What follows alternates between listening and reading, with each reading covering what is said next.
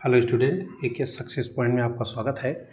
आज हम लोग सीखेंगे केपलर के नियम से गुरुत्वाकर्षण के नियम का सत्यापन। ठीक, केपलर के नियम से गुरुत्वाकर्षण के नियम का सत्यापन। केपलर का नियम पढ़ने के बाद गुरुत्वाकर्षण का नियम पढ़े होंगे, उसी का हम लोग सत्यापन करेंगे।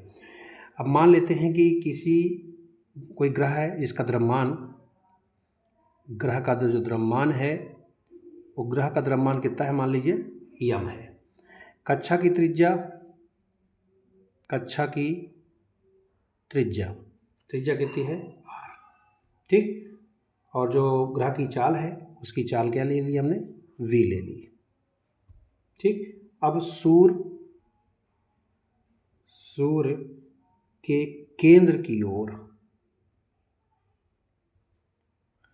लगने वाला क्या लगेगा, अभिकेंद्र बल। ये पीछे पढ़ चुके हैं हम लोग कि ये यहाँ सूर्य है और अगर कोई ग्रह परिक्रमा कर रहा है तो इससे इस पर एक बल काम करता है जिसे हम लोग कहते हैं अभिकेंद्र बल। ठीक, तो ये अभिकेंद्र बल कार्य करेगा। अभिकेंद्र बल बराबर आप जानते हैं कि F equal to M V square by R. F equal to M V square by R. पीछे हम लोग पढ़ चुके हैं V equal to R omega, इसका यूज हम लोग यहाँ कर लें। F equal to M R omega का ये स्क्वायर, नीचे are.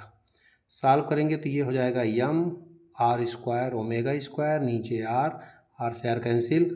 F equal to M omega square R, ये हो गया। ये भी पढ़ चुके हैं, omega equal to 2 pi upon T, तो F equal to M 2 pi upon T का square R. F equal to 4 pi square M, 4 pi square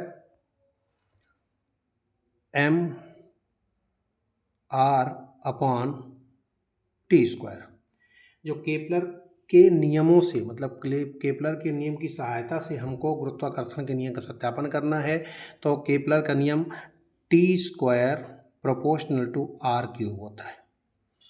T square proportional to R cube, इसको हम लोग लिख सकते हैं T square equal to K R cube. यहाँ रख देते हैं। F equal to 4 pi square M R, नीचे के आर क्यूब।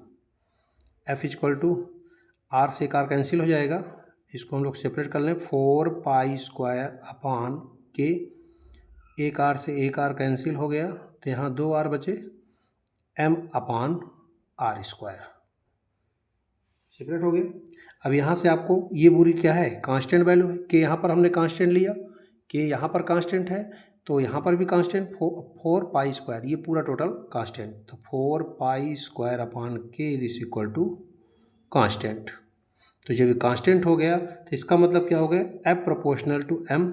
जो अभिकेंद्र बल है वो किस पर निर्भर करेगा, m पर निर्भर कर रहा है, और F proportional to 1 by r square. यही तो गुरुत्वाकर्षण का नियम है। गुरुत्वाकर्षण के नियम हम लोग क्या पढ़ते हैं, F equal to G M upon m1 m2 कर लीजिए, m1 m2 upon r square, m1 m2 upon. अब जब इसका द्रव्यमान सेम है, द्रव्यमान पर भी निर्भर करता है, और ये एक हुआ या प्रोपोर्शनल टू m पर, द्रव्यमान पर, या proportional to 1 by r square. ये तो गुरुत्वाकर्षण का नियम है, इसी को हम लोग कहें क्या, गुरुत्वाकर्षण का नियम।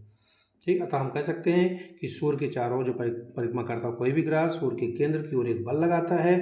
ठीक, वह अभिकेंद्र बल के अभिकेंद्र बल होता है, और जो ग्रह पर जो लगने वाला बल है वो क्या होता है, उसके द्रव्यमान के अनुपाती। उस ग्रहों पर जो लगने वाला बल है वो द्रव्यमान के अनुपाती तथा उनके बीच की दूरी के वर्ग के व्युत्क्रमानुपाती होता है। ठीक।